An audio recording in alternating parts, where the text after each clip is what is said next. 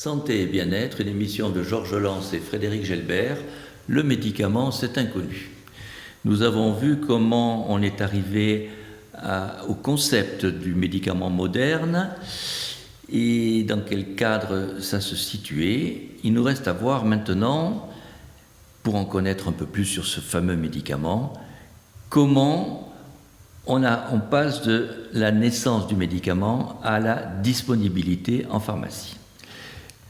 Notre expert Thierry Morin, bonjour Thierry Morin, nous continuons nos émissions sur le médicament. Donc, comment naît un médicament et quel parcours fait-il pour arriver jusqu'à la pharmacie?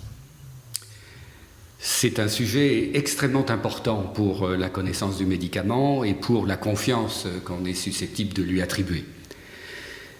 L'objectif de toutes ces étapes que nous allons décrire, c'est que le médicament soit évalué scientifiquement de façon à en établir l'efficacité et la sécurité, c'est-à-dire l'innocuité. Et donc, il faut voir que ce parcours est un parcours long, difficile, très réglementé, que de très nombreuses molécules sont découvertes, triées, susceptibles de parvenir à devenir des médicaments futurs, mais que parmi toutes ces candidates à devenir médicaments, peu vont être élus au terme de ce parcours très complexe. Tu as employé le mot de « scientifiquement ». Ça veut dire que, quelque part, il y a une science de l'évaluation du médicament.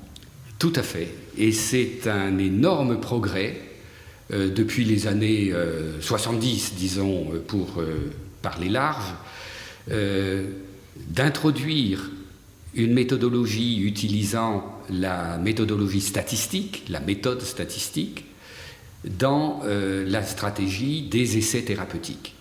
C'est absolument essentiel et nous allons décrire un petit peu cette méthodologie lorsque l'étape concernée sera abordée.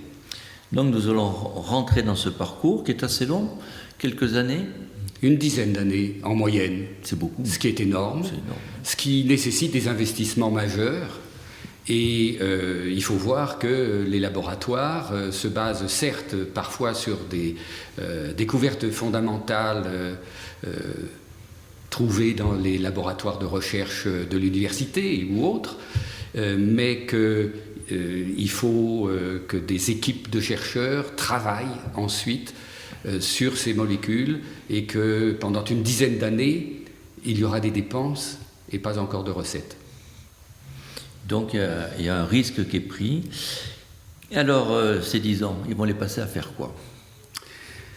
Alors on commence par une première phase qui est préclinique, comme on dit. Ça veut dire que cette phase va se passer en dehors de l'humain, en dehors de l'homme ou de la femme.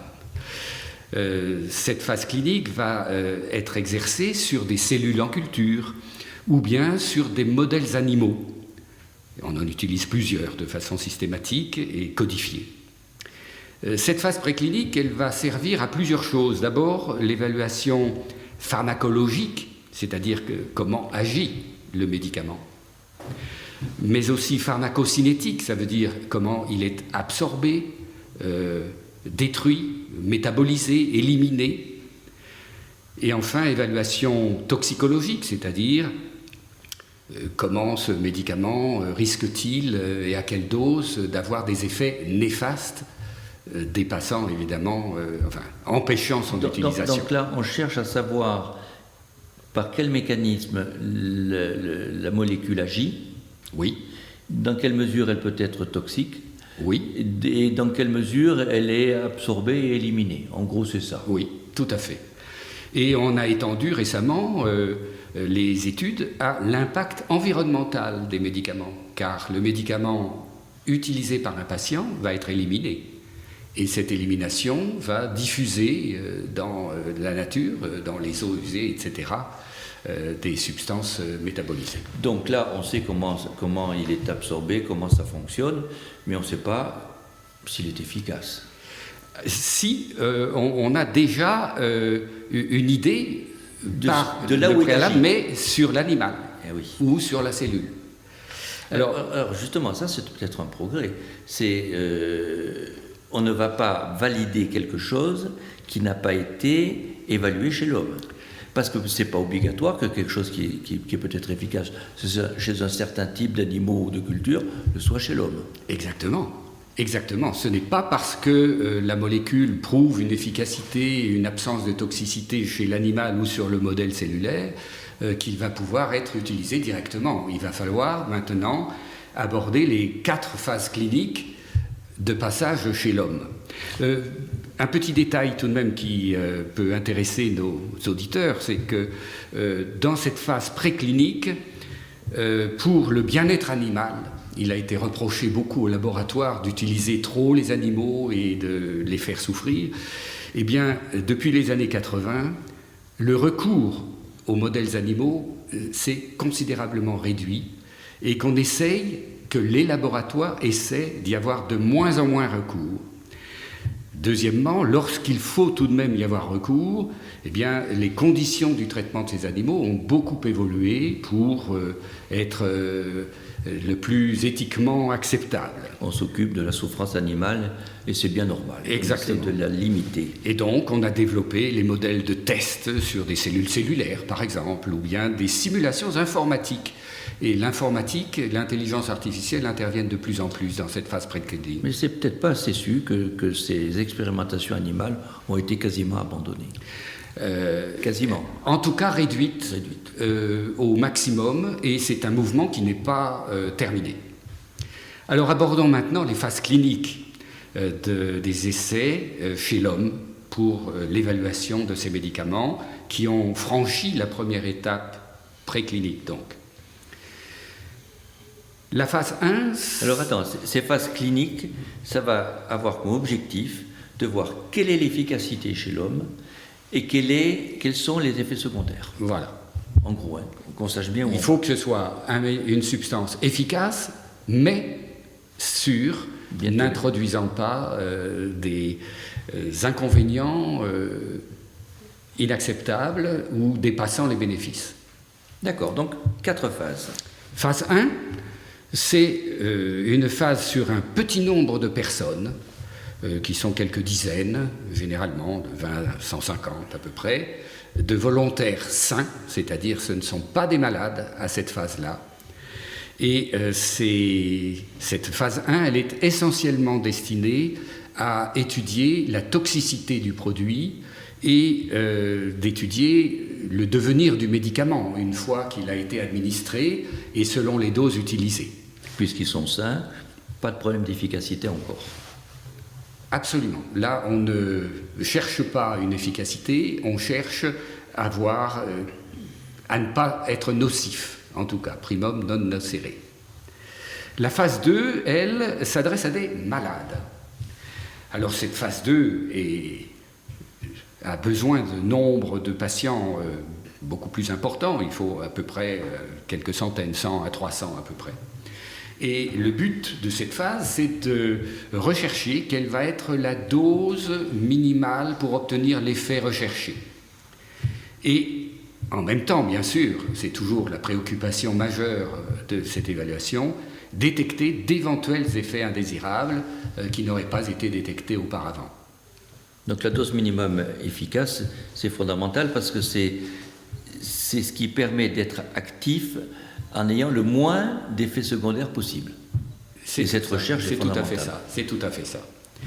Et cette phase 2 est nécessaire pour lancer la phase 3 qui, elle, va utiliser les résultats de la phase 2 sur les recherches de posologie et qui va nécessiter des cohortes de malades beaucoup plus nombreuses. Cette fois-ci, c'est quelques centaines ou quelques milliers de patients selon les maladies concernées.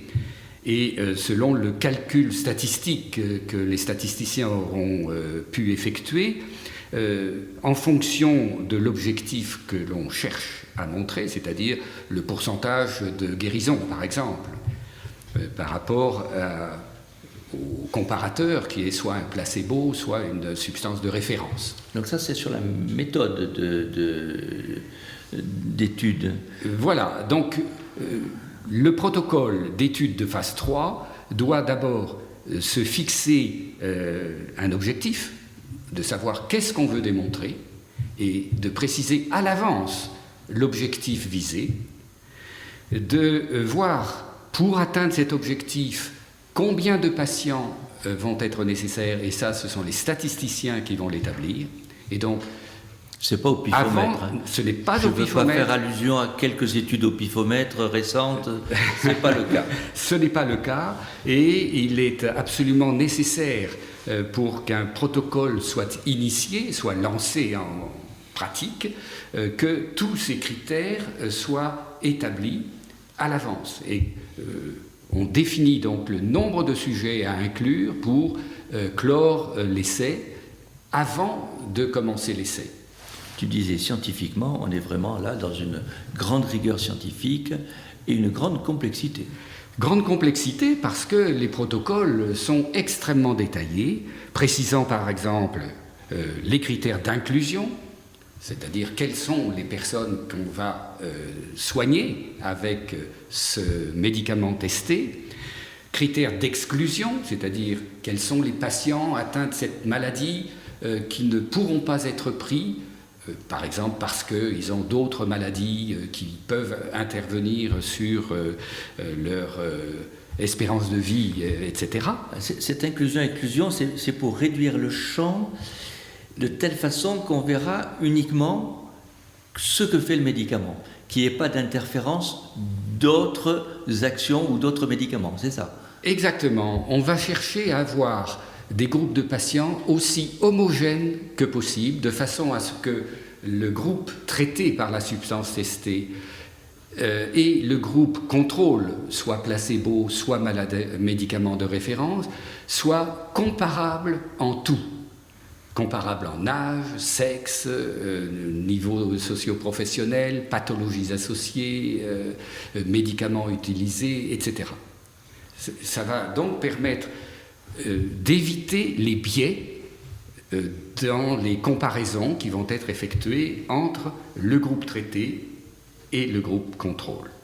Et les statisticiens nous auront dit quel était le nombre qu'il faudrait inclure pour arriver à ce que ce soit valable. Oui. Et la répartition entre les patients incluables dans l'essai, entre le groupe contrôle et le groupe traité par la substance évaluée, va se faire par un tirage au sort. C'est ce qu'on appelle la randomisation, random, le hasard, randomisation qui va éviter les biais de sélection, c'est-à-dire qu'on ne va pas mettre tous les patients en bonne forme d'un côté et tous les malades les plus graves dans l'autre. La randomisation, c'est dans la mesure où il y a un groupe témoin, donc c'est ça qui va être tiré au hasard. De façon... La répartition entre les deux groupes se fait par tirage au sort. Ce qui garantit l'homogénéité exactement. De la randomisation. En effet, l'essai aura pour objectif de faire une comparaison statistiquement valable entre le groupe qui reçoit le médicament évalué à un groupe qui est le groupe contrôle et qui est donc soit sous un placebo strictement identique en apparence aux médicaments testés, soit un traitement de référence pour certaines maladies trop graves. On ne peut pas laisser un patient sans traitement, et donc on donne le traitement de référence, c'est-à-dire le traitement jusque-là considéré comme le plus efficace, et on va le comparer au traitement testé. Là, c'est pour s'assurer que ce que l'on va donner se fait mieux que ce qui existe. Exact. Mais alors, en plus, donc, on va tirer au sort ceux qui recevront le traitement ou le placebo ou le produit de référence ou le nouveau produit. Mais il n'y a pas que ça. Quand tu tires au sort, les gens ne savent pas ce qu'ils reçoivent. Alors, c'est pourquoi on utilise le terme de double aveugle. C'est ça, double aveugle. ou bien double insu pour être plus français, parce que aveugle, c'est la traduction de l'anglais qui n'est pas excellente. Donc, le tirage au sort s'effectue d'une façon qui n'est pas connue ni de la personne qui va être traitée, ni du patient qui va le suivre, du médecin, pardon, qui va le suivre. Ceci pour supprimer le biais de subjectivité. En effet, l'effet placebo, il existe. Et c'est un effet qu'il ne faut pas négliger. Il est positif et il ne doit pas être négligé. Il est connu du patient, il est connu du médecin, mais il ne faut pas que la subjectivité amoindrisse ou exagère la différence avec le traitement testé. Parce que comme tu viens de le développer, c'est sûr que l'effet placebo va agir sur le patient, mais les présupposés chez le médecin peuvent aussi avoir une action et il faut l'éliminer, et c'est éliminé là. Exactement. Parce que on va évaluer, le médecin expérimentateur aura pour objectif d'évaluer de la façon la plus objective possible l'effet obtenu. Et donc il ne faut pas qu'il y ait de la subjectivité qui vienne perturber cette évaluation. Donc on a une méthode extrêmement rigoureuse, tu l'as dit, c'est pas depuis très longtemps, depuis les années 70, oui. Si je me souviens bien ce que tu as dit. Donc on a eu ces 3 phases, elles durent combien de temps à peu près ? Alors tout dépend de la maladie et du traitement, mais ça s'étale sur plusieurs années. Habituellement, c'est plusieurs années. Pour des maladies rares, on va avoir beaucoup plus de difficultés à inclure un nombre de patients suffisant, et certains essais traînent, entre guillemets, par difficulté d'inclusion. Voilà, donc là, on ne peut pas à l'avance le dire.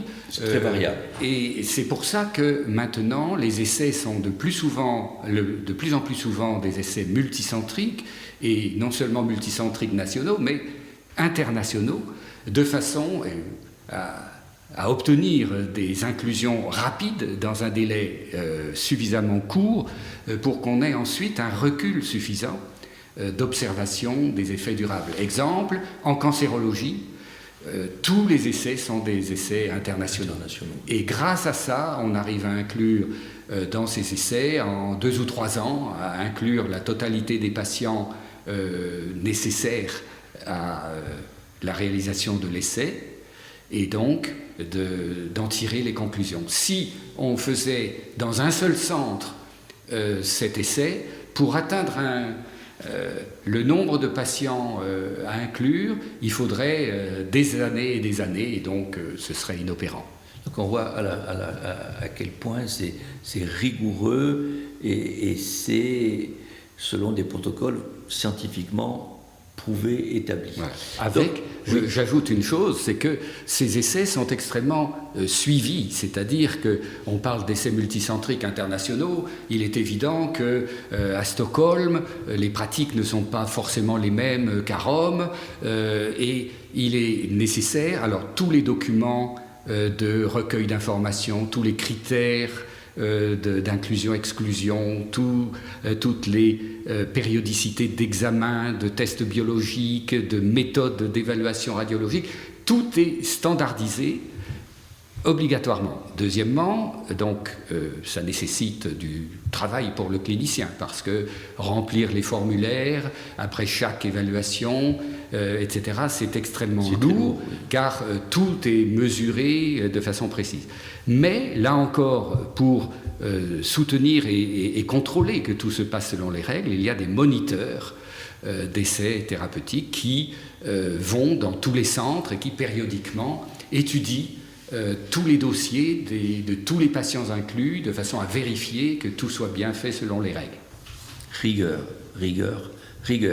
Et on arrive à la fin de cette phase 3. Alors, donc, avant de passer à partir de là, le médicament va rentrer dans le processus de validation réglementaire. Exactement. Mais juste, puisqu'on reste dans les phases, avant d'aborder ce domaine, il continue quand même à être étudié, ce médicament, une fois qu'il est mis sur le marché. Oui, alors, après la phase 3, le dossier du laboratoire va pouvoir être déposé auprès des autorités de santé pour obtenir ce fameux AMM, autorisation de mise sur le marché. Et ce dossier, il est extrêmement complet. Toutes les données doivent être fournies, c'est-à-dire les données précliniques, de toxicité, etc. Et toutes les phases qui donnent lieu à des résultats et des conclusions précises sont dans ce dossier. L'AMM va être délivré après examen par une commission spécifique qui est composée de membres qui maintenant ne comportent aucun industriel, aucune personne. Ce qui veut dire qu'avant, les industriels avaient leur mot à dire sur la validité de l'essai. Oui, il fut une époque où les laboratoires, où les gens du laboratoire, les chercheurs du laboratoire pouvaient participer à ces commissions. Effectivement, c'était des gens extrêmement pertinents parce qu'ils connaissaient le produit pour l'avoir étudié sous tous les angles, et donc il avait initialement été considéré logique de les inclure. Mais l'évolution a été d'éviter les conflits d'intérêts, et donc ils ont finalement ils ne participent plus à ces commissions décisionnelles. Leur opinion, même contre leur gré, pourrait être influencée par la subjectivité. Ouais. Donc ça, c'est un progrès énorme et qu'il faut souligner. Exactement. Alors, une fois que la commission d'AMM a validé l'utilité et l'innocuité du médicament, elle délivre donc l'AMM, et une autre instance, celle de l'HAS, va évaluer l'amélioration du service rendu par ce médicament par rapport aux médicaments antérieurs. Et elle va classer ces médicaments dans ceux qui ont un intérêt majeur, qui font une amélioration majeure, une amélioration modérée, ou une amélioration faible, ou pas d'amélioration du tout, c'est-à-dire un médicament qui finalement est nouveau, certes, mais qui n'apporte pas vraiment un bénéfice pour les patients, un bénéfice supplémentaire par rapport à l'existant. C'est un progrès pour la société. Pendant quelque temps, l'industrie pharmaceutique se contentait de faire des copies qui donnaient les mêmes résultats que les médicaments princeps, qui étaient acceptés. Là, à partir du moment où il y a eu cette amélioration du service médical rendu, il fallait faire mieux que ce qu'il y avait avant. Exactement. En tout cas, le taux de remboursement va dépendre de cette amélioration. Et donc, un médicament qui n'apporte rien de plus peut très bien ne pas avoir de mise sur le marché avec un remboursement satisfaisant. Eh bien, voilà. Alors, à tout point de vue, on voit à quel point c'est bien encadré. C'est tellement bien encadré qu'avant même de débuter les essais thérapeutiques, le protocole précis est présenté à un comité consultatif d'éthique qui est présent dans tous les hôpitaux ou dans la plupart des hôpitaux importants. Et ce comité d'éthique va étudier de façon précise le protocole avant de donner son accord. Et les centres participants ne vont pouvoir débuter les inclusions que lorsque le comité d'éthique aura donné son accord. J'insiste là-dessus parce que chaque fois que j'ai pu participer à une étude, la réflexion courante, je ne sais pas si ça a été pareil pour toi, des patients, mais alors on est des cobayes. Et non, ils ne sont pas des cobayes. Ils sont respectés et avec des règles très strictes. Alors, les règles de ces études sont tellement minutieuses qu'on peut considérer que c'est un avantage pour le patient que d'entrer dans un protocole. C'est-à-dire que tout est prévu, c'est-à-dire si le médicament testé n'améliore pas franchement les choses par rapport aux médicaments précédents, c'est souvent identifié en cours même de l'essai. Il y a des évaluations indépendantes par des experts indépendants du laboratoire qui expérimentent la molécule, qui font des évaluations intermédiaires, c'est-à-dire avant que le nombre de sujets nécessaires à la conclusion définitive ne soit obtenu, on va regarder un petit peu ce qui se passe, de façon à s'assurer qu'il n'y ait pas, par exemple, une toxicité préoccupante qui soit découverte. Ou bien au contraire, si on a un effet tellement fantastiquement positif, de ne pas continuer à traiter des patients avec une substance moins efficace que la substance de référence. Et donc, il est arrivé... On peut arrêter l'essai. Il est arrivé qu'on suspende l'essai pour une efficacité tellement pertinente qu'il faut hâter sa mise à disposition. Au contraire, s'il y a une toxicité qui se dégage, eh bien, on va suspendre l'essai parce que ça n'est pas tolérable. Alors, par la suite, une fois que le médicament est mis sur le marché, il y a quand même une surveillance. Il y a la phase 4. Oui. C'est quoi cette phase 4 ? La phase 4, c'est la phase de surveillance une fois que le médicament est disponible en pharmacie, de façon à surveiller ce qui peut ne pas avoir été détecté comme effets indésirables, je dis bien indésirables, qui peuvent être des effets secondaires, pas obligatoirement, on y reviendra peut-être, mais cette phase est très importante car elle permet de déceler des effets secondaires rares ou exceptionnels.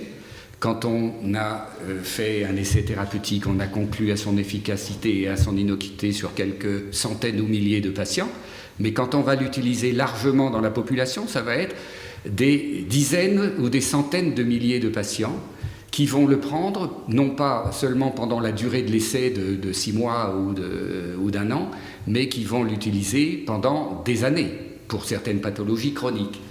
Donc cette vigilance est extrêmement importante et on en parlera dans le prochain entretien. C'est un thème extrêmement important qui s'est d'ailleurs beaucoup développé, beaucoup amélioré ces dernières années. La pharmacovigilance. Donc ça sera un sujet que nous traiterons par la suite. Merci Thierry Morin.